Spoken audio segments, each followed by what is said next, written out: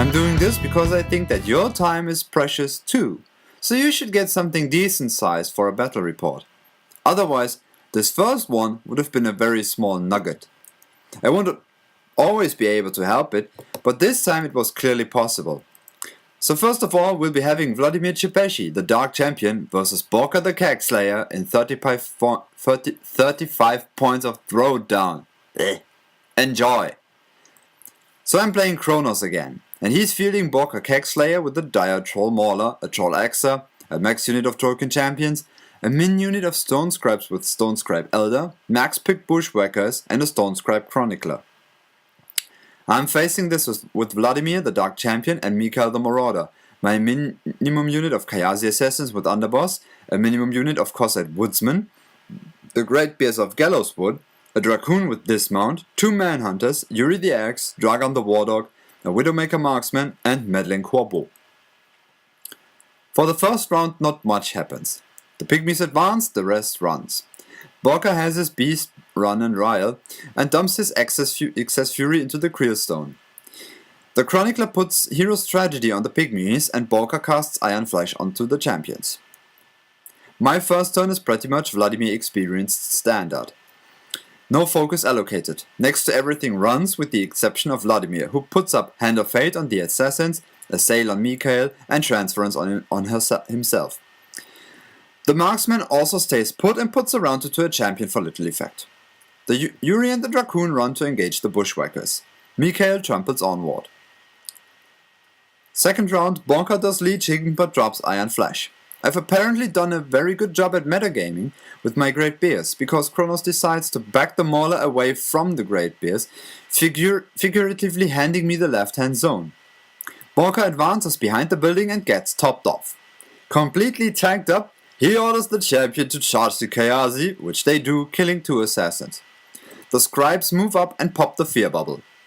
On the right flank, the pygmies want to disengage Yuri and the Dracoon, but only 2 die to a free strike, the other 2 make their check. And we're both under the misassumption that they are still engaged and thusly in melee. The other pygmies then back up. Okay, so it's my turn again.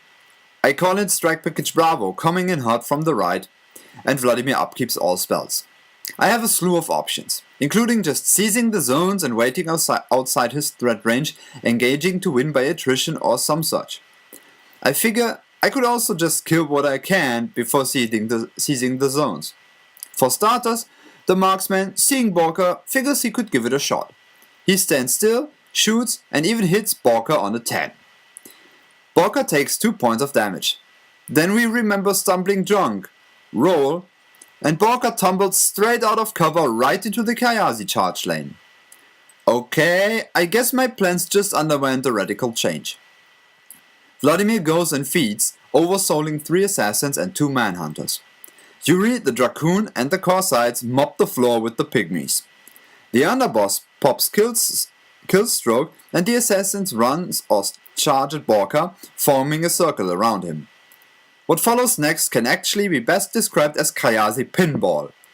Doing the attacks in the right order, Borka tumbled from one attack into the next, into the next, into the next. Damage starts accumulating hard when he tumbles out of the circle and right into the Manhunter's charge lane and eats another double axe to the face, which finally does him in. Vladimir wins. In hindsight, that was unexpected. Just goes to show that alcohol is bad for you. And the Kayazi pinball was just hilarious. On a more serious note, the Great Bears were simply overperforming since they intimidated my opponent so much that he chose to stay away from them even at the cost of a whole zone. Next up, we have Vladimir the Dark Champion vs Thagrosh the Prophet of Everblight in 25 points of No Man's Land. Enjoy! So this time I'm playing Kronos' brother Rio, and he's bringing Primal Thagrosh with a Carnivian, a Scythian, a Shredder, and a minimum unit of Blighted Nis Swordsman with unit attachment. Admitted, I was intimidated even though I'm bringing my most successful caster to date. Vladimir with Mikhail, minimum Kayazi unit with Underboss, minimum Cossack Woodsman, Wardog, Dracoon with Dismount, Meddling Corbeau. I think I won the roll-off but gave it to him. Everything but Thagrosh runs and Thag spams Spiny Growth everywhere. Clean, simple, devious. Mine is similar. Vladimir casts Hand of Fate of the Assassins and Assail on Mikhail.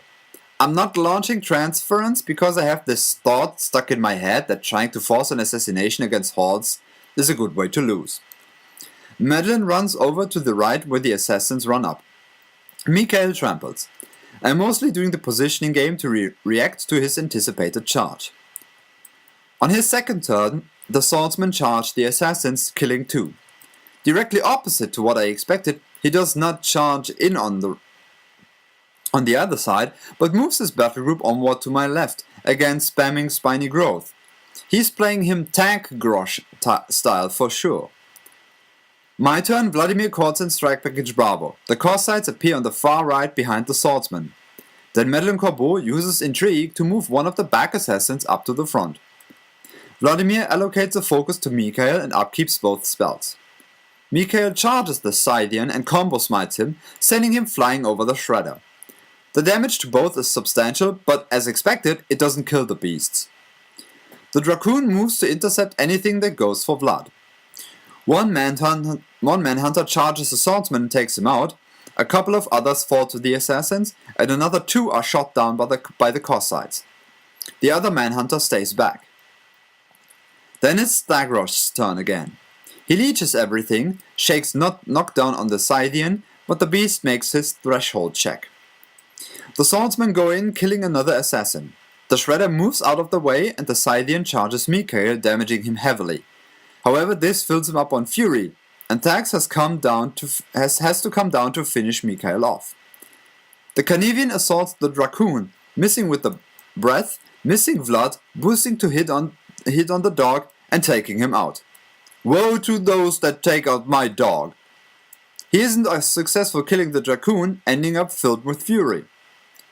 Alright, it's my turn, and all beasts are filled with fury? Madeline uses Intrigue to move the Manhunter 3 inches closer to Thagrosh. Vladimir upkeeps Hand of Fate only. Then he charges the Carnivian, dealing some damage, feeds, and casts Transference. Now it's go time. The amount of models doesn't quite matter because both Manhunters go into Oversoul and charge Thagrosh. It takes both of them due to Death Shroud, but they manage to take the Prophet of Everblight out cold. Vladimir wins!